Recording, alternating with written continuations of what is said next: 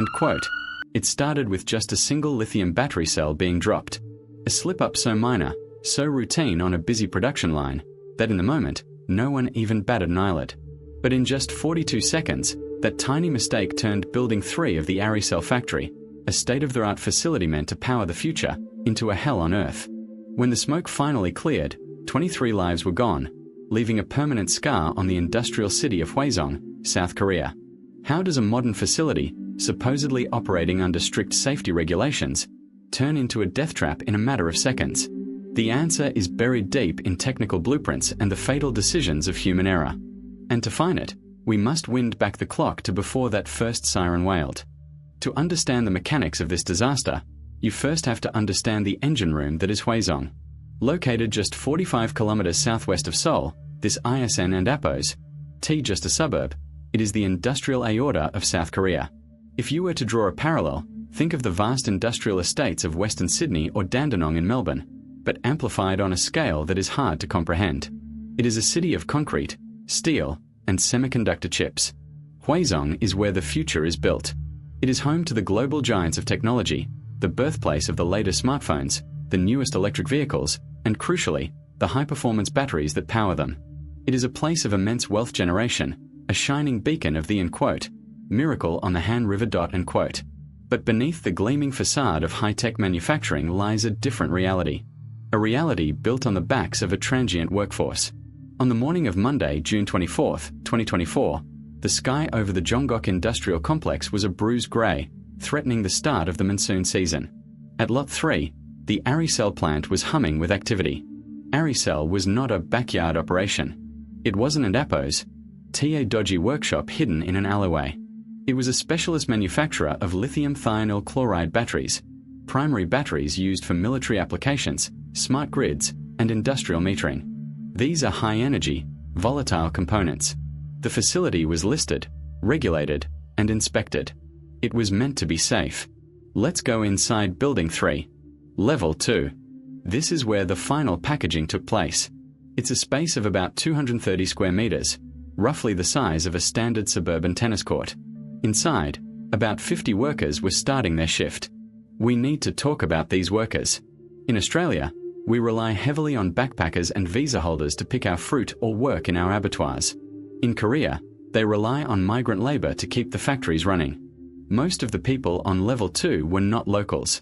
They were Chinese nationals, many ethnic Koreans from the northeast of China, and a few Laotians.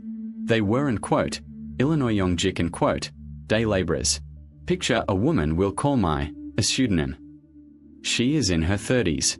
She came to Korea much like thousands come to Australia, to trade sweat for a remittance check to send home to aging parents or young children. She is diligent. She doesn't complain. She follows orders. She is the invisible cog in the global supply chain. And picture Park, a pseudonym, a middle management supervisor. He is under the pump. The company has production quotas to meet. The culture of Ppalli-ppalli, hurry, is the unwritten law of the floor. Speed is profit. Safety, often, is just paperwork. The job on Level 2 was repetitive, almost hypnotic. Workers stood at tables, taking finished lithium battery cells, inspecting them, and packing them into trays. The room was clean. The lighting was the harsh, clinical white of fluorescent tubes. To the untrained eye, it looked orderly. But to a fire safety engineer, it was a room rigged to blow. Stacked against the walls, near the exits, and around the workstations were trays upon trays of finished batteries. Not just a few hundred. We are talking about an estimated 35,000 lithium battery cells. 35,000 units of concentrated chemical energy, sitting in the open air. The workers were sitting on top of a powder keg. And the most dangerous thing about this morning wasn't an Appos, the machinery or the chemicals. It was the complacency. The she and Appos, LLB right attitude that permeates industrial sites across the world. They believed the process was bulletproof. They believed that because nothing had gone wrong yesterday, nothing would go wrong today. The clock ticked towards 10:30 a.m. The air conditioners hummed. The smell of ozone and industrial cleaner hung in the air. It was the profound, deceptive silence before the storm. Let's zoom in to the workbench nearest the main exit. It is 10:30 a.m. exactly. We know what happened next because the CCTV cameras, the silent, impartial witnesses to history, captured every frame of the catastrophe. A worker is handling a tray of batteries. It's a routine movement, performed thousands of times a shift. But this time, there is a fumble. Perhaps a tray was set down too hard. Perhaps a single cylindrical cell rolled off and hit the floor. Or perhaps, inside one of those cells, a microscopic defect in the separator film finally gave way. There was no massive explosion. Not yet. It started with a puff. A single battery cell began to vent. If you've never seen a lithium battery vent, it doesn't and appos. T look like a wood fire. It doesn't and appos. T look like burning paper. It looks like a jet of white gas. This is the electrolyte boiling off. It smells sweet, chemically pungent, like nail polish remover mixed with vinegar. It is the smell of impending death. The workers nearby noticed it immediately. The CCTV shows heads turning, but their reaction reveals a fatal flaw in their training. In Australia, if you see smoke in a chemical plant, the drill is drilled into you. Evacuate. Run. Don and appos. T be a hero. But here, the instinct was to and quote, fix and quote, it. The workers didn't and appos. T run. They froze. They moved towards the problem. The culture of the workplace likely dictated that they minimize disruption. A smoking battery is a defect, not a disaster. Or so they thought. Two workers approached the workstation. They tried to move the tray. They tried to isolate the smoking cell. It was a brave act, but it was a fatal calculation. Pop. The first cell went into full thermal runaway. This is a chemical chain reaction. The internal temperature of the battery hits a critical threshold, around 150 degrees Celsius, and the cathode begins to decompose. It releases its own oxygen. Once a lithium battery starts creating its own oxygen, you cannot smother it. You cannot starve it. It becomes a self-sustaining blowtorch. The pop sounded like a gunshot. A jet of white-blue flame shot out of the cell. Panic finally set in. The workers grabbed a fire extinguisher. It was a standard dry powder extinguisher, the kind you might find in a hallway or a car boot. They pulled the pin. They aimed. They squeezed the trigger. This was the moment the tragedy was sealed. For a Class D metal fire, or a high-energy lithium fire, a standard powder extinguisher is useless. In fact, the pressure from the nozzle didn't and appos. T-cool the battery. It did the opposite. It blew the burning cell into the adjacent tray. The tray holding hundreds of other cells. The first calls to 119, the Korean equivalent of 000, were being dialed. But the physics of lithium combustion moves faster than any finger can dial. What followed wasn't and appos. TA fire. It was a propagation event. A chemical storm. From that first cell, the heat transfer was instantaneous. Bang, bang, bang. The sound was described by survivors not as a roar, but as a rapid-fire artillery barrage. Each battery that exploded acted like a grenade, spraying molten shrapnel and white-hot electrolyte across the room.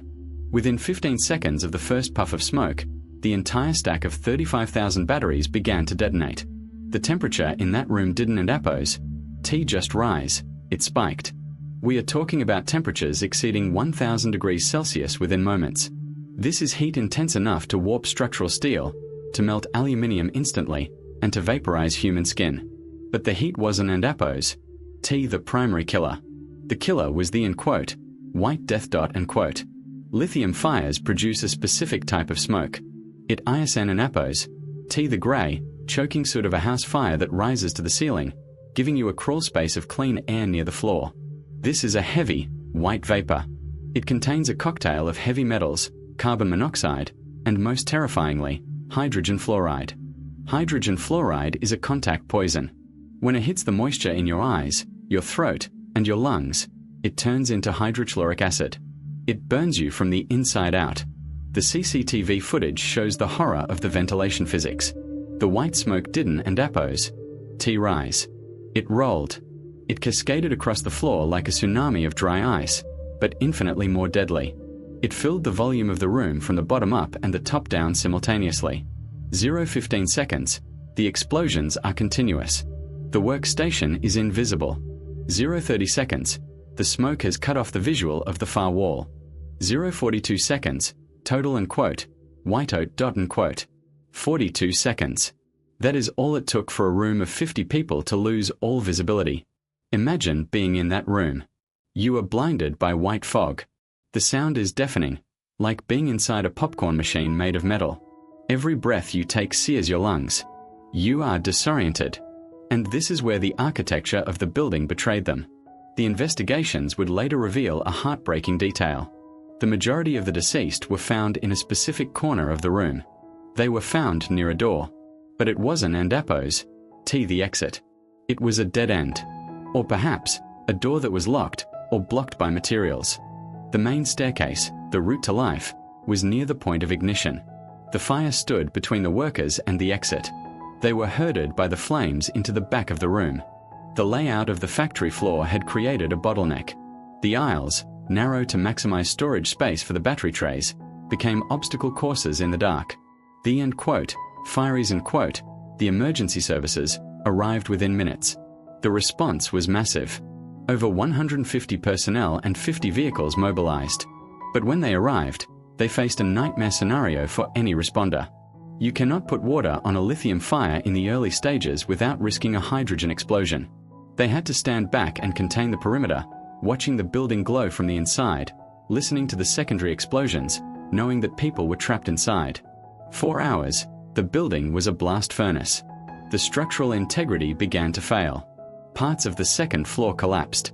It wasn't an Apo's until the afternoon that the thermal reaction burned itself out enough for the hazmat teams to enter. In the midst of this industrial hellscape, there were moments of profound human tragedy and desperate survival. One survivor, a man who managed to jump from a second-story window before the smoke took him, recounted the chaos to the local press. He spoke of the confusion. And quote, "We didn't and Apo's know it would blow up and quote," he said. And quote, "We thought we could put it out and quote." He described the sound of his colleagues screaming. But the screams didn't and Apo's last long. The hydrogen fluoride gas silences its victims quickly. The concept of mateship is something we prize in Australia. In Korea, they have jong a deep connection between people.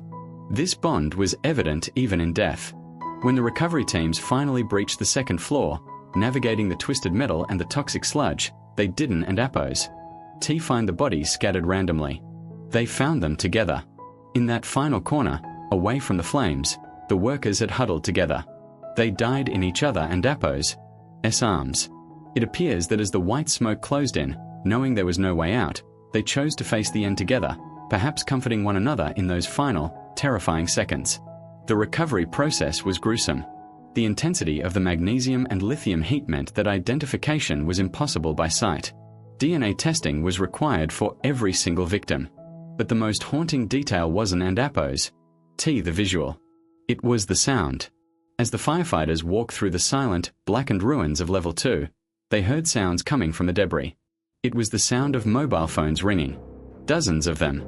Mothers in China, husbands in Laos, children in nearby dormitories, calling their loved ones, desperate for news, unaware that the phone was ringing in a pocket that no longer held a heartbeat. These were not just migrant workers or statistics. They were mothers who video called their kids every night. They were fathers saving for a house. They were young people with dreams of a life beyond the factory floor. Mai, whom we imagined earlier, never clocked out. Her shift ended in the dark. The sun rose the next day over a scene of devastation. The blackened skeleton of Building 3 stood as a monument to failure. The South Korean government, sensing the public outrage, launched a massive investigation. This was their equivalent of a royal commission. Police raided the headquarters of Aricell. They seized hard drives, safety logs, and employment contracts. A travel ban was slapped on the company executives. The forensic investigators, sifting through the ashes, began to piece together the why. The findings were damning. They painted a picture of systemic negligence that would make any WorkSafe inspector in Australia shudder. Finding 1. The blocked exits. The investigation revealed that the pathways to the emergency exits were partially obstructed by packaging materials and finished goods. In the pursuit of maximizing floor space for product, the company had compromised the escape routes. The workers didn't and Apo's just die because of the fire. They died because they couldn't and Apo's get out. Finding 2. The training deficit. This is the most critical point regarding the migrant workforce. Many of the victims were day labourers hired through third-party agencies. Under Korean law and Australian law, all workers must receive adequate safety training. But the investigation suggests these workers were thrown onto the line with little to no instruction on how to handle a lithium fire. They didn't know the layout of the building. They didn't know that water and powder were useless. They were treated as disposable components of the machine. Finding 3. The equipment. The factory did not have Class D extinguishers, specifically for metal fires, or dry sand buckets readily available at the workstations. They had standard extinguishers that provided a false sense of security. Finding 4. The quality control. Perhaps most disturbingly, reports emerged that Aricell had been pushing production to meet a deadline for a military contract. There are allegations that safety checks were bypassed to speed up the line. The Ppalli-ppalli culture had weaponized the manufacturing process. The CEO of Aricell, Park Seung-kwan, appeared before the cameras. He bowed deeply, a sign of profound apology in Korean culture. He apologized to the families. He promised to take responsibility. But apologies do not burn lungs. They do not bring back the dead.